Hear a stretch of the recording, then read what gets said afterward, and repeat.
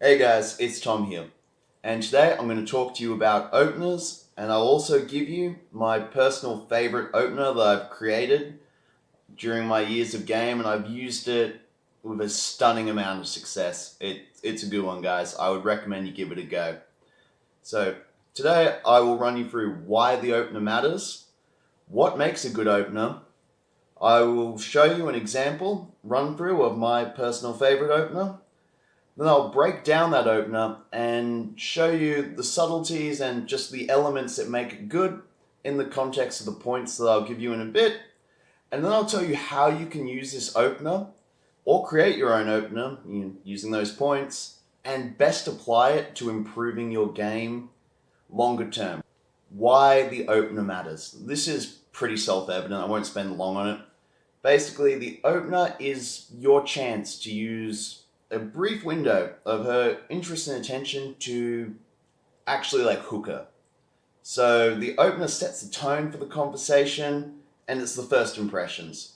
So you want to open well. What makes a good opener? So there are 7 points, in my opinion, to what makes a good opener.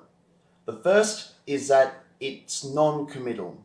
Okay, she shouldn't feel like if she starts talking to you that she'll end up trapped there. Okay, she should feel like it's just really casual chat. The second one is similar to the first point in that she needs to know that she has an out. She wants to know that there is an exit for her to take at a certain point, not too far in the future, if she's not really digging the conversation. Those first two will build comfort, which will make her far more open to talking to you longer. The third is it should be fun and engaging. All right, she should enjoy it. It should be something different. It should be something new and exciting for her.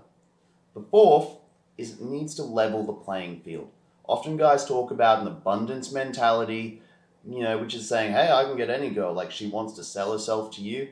Essentially, a good opener should not feel like you're just selling yourself to her, but she's also kind of selling herself to you as well. You're on an equal footing. The fifth one is versatility. A good opener shouldn't rely on a certain response from her.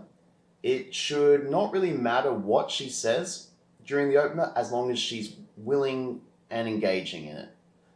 Number 6, you want the opener to open up further avenues of conversation, and it should also kind of gather points which you can go back to and talk about if later on down the track you're struggling to think of things to talk about. And number 7, this might be controversial, but it's my opinion, it shouldn't be sexual. All right? You can wait a few minutes into the conversation before sexualizing it. All right? If you come on too strong, too heavy, it might scare a lot of girls off. You'll better your chances with a bit of patience. The example opener I'm going to give you is one I've created myself. It's 100% original. You won't find it anywhere else. And I've run it upwards of 300-400 times with a stunning amount of success. Only twice have girls refused to engage with it. So it's a very effective icebreaker, and it's just a lot of fun. So I'll sum it up in short before actually showing you the example. And how it works is each person has 15 seconds to ask the other person as many questions as they can about themselves. Then they think of one word to describe the other person, but you don't tell them. Then each person, after you swap, has to think of one more word, and that is their guess for what the other person will say about them. Then, on the count of 3, one person says their word for the other, and that person says out loud their guess, and then you swap. So when I first created it, I wrote it down on some card. So there you go, if you want to read it. I don't know if it makes sense. And when I first ran it, I used pen and paper just because I thought it would be amusing to sit in the middle of a club and pull out pen and paper. And I kept some mementos. I don't do in-field videos, it's not my style. And the results I got were, I was described as nurturing, and they thought I would say they were entertaining. I've got one that described me as interesting. They thought I would describe them as fun. I was described as outgoing, and they thought I'd think they were confused. I got adventurous, and they thought I'd say caring. And another one described me as intelligent and adventurous. Just a quick tidbit on self-worth. One of those 2 times I was teaching a friend, and the girl didn't want to engage with it. That was fine, but she was nasty. Like, she didn't have to behave the way she did. In fact, my friend, he never came out with me again. Afterwards, he had to go home. Like, she was really nasty. So I pushed through with it, and then afterwards, I told her exactly what I thought of her. She was a bitch. It takes a lot to get me to behave that way, and trust me when I say what she did was not necessary. Hey, have you got a minute? Hey, what for? Just for a conversation, I guess? It's a game I made up to meet people. An icebreaker. It only takes, 60 seconds? Oh, come on. It's 60 seconds. After that 1 minute, I'll let you go, yeah? Sure. How does it work? What's the game? Alright, so here's how it works. I have 15 seconds to ask you as many questions as I can about yourself, and after that, I think of one word to describe you, but I don't tell you what it is. Then, we'll swap. You ask me as many questions as you can about me, and then think of one word to describe me, but again, don't tell me what it is, and I'll explain the rest from there. Sound good? So, to make it easier, I'll ask you questions first. When I'm ready, hang on. And what do you do for a living? If you could change one thing about the world, what would it be? If you had $1 billion, what's the first thing you'd buy? Cats or dogs? Last movie you watched at the time. So at this point, just pretend that I've answered my own questions here. I like dogs more, say. Yeah. Alright. I'm going to think of one word. Got it? Alright. So now we swap. You ask me questions. When I say go. And... Wait, I don't know what to ask. What do you do for a living? Do you study? I don't know.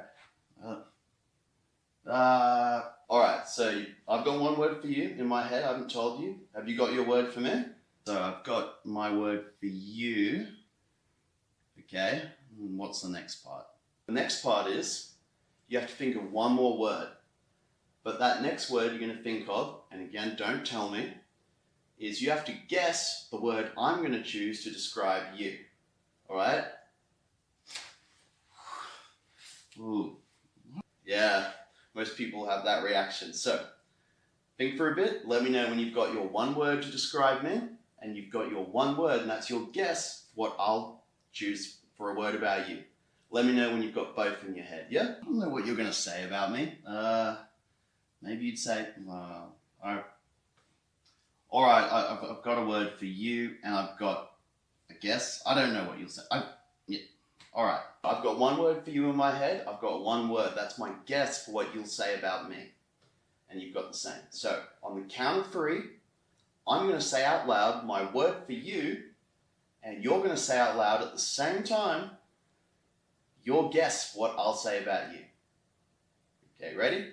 1, 2, 3. Outgoing. Interesting. What? Why would you say outgoing? Am I outgoing? Anyway, then we swap and it goes on from there. Breaking down the example I just ran through with myself, I've done it 300 or 400 times though, so I can tell you that's generally how it goes down, more or less 99% of the time. So, breaking it down. So first, making it non-committal, I say, hey, do you have a moment for a game? You know, it takes 60 seconds. I tap my watch. I emphasize body language whilst telling her it'll only be 60 seconds. It's non-committal. Second is I give her an out or let her know it'll end soon. I say, hey, it only takes a minute. I'll let you go after that. Similar to point 1, but I say, I'll let you go. She knows that afterwards she can break away. Those 2 make her far more comfortable with engaging with me. The third one is it has to be fun and engaging, and interesting and different. Saying to a girl, hey, do you want to play a game? Half of them will look at you like you're Jigsaw, but this whole thing, it's different, it's fun. And if you look at the actual content of the questions and what was discussed in the example, it's just boring small talk. But the addition of a time pressure, framing it as a game, it's different, it's fun. She'll be intrigued, she'll want to engage with it.